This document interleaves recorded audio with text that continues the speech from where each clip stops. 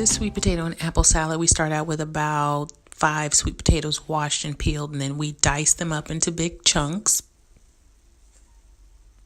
Okay, and then I diced up 2 large Honey Crisp apples. Please ignore the way I'm peeling this apple. I had actually started slicing it before I realized I hadn't peeled it. But we sliced it up into big chunks just like the sweet potato because I don't want them to cook away, and I want them to remain moist while they're in the oven roasting. So that's why I kind of cut them fairly large. Okay, for all the spices, I'm going to display them all here on the screen for you.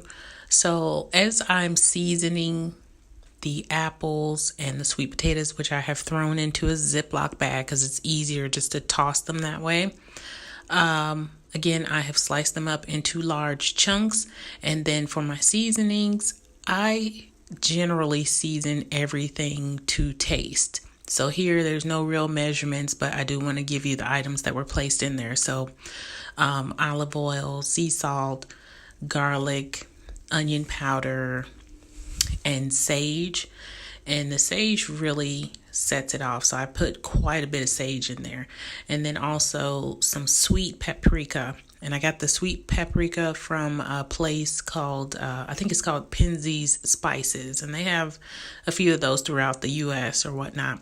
But it's really, really good paprika. I mean, it's better than the just regular store-bought brands. It has a really good aroma to it. But after I get everything in there, I shake it up really well, try to get everything coated, and then I open the bag and kind of taste them to give me an idea of how much or how flavored they are.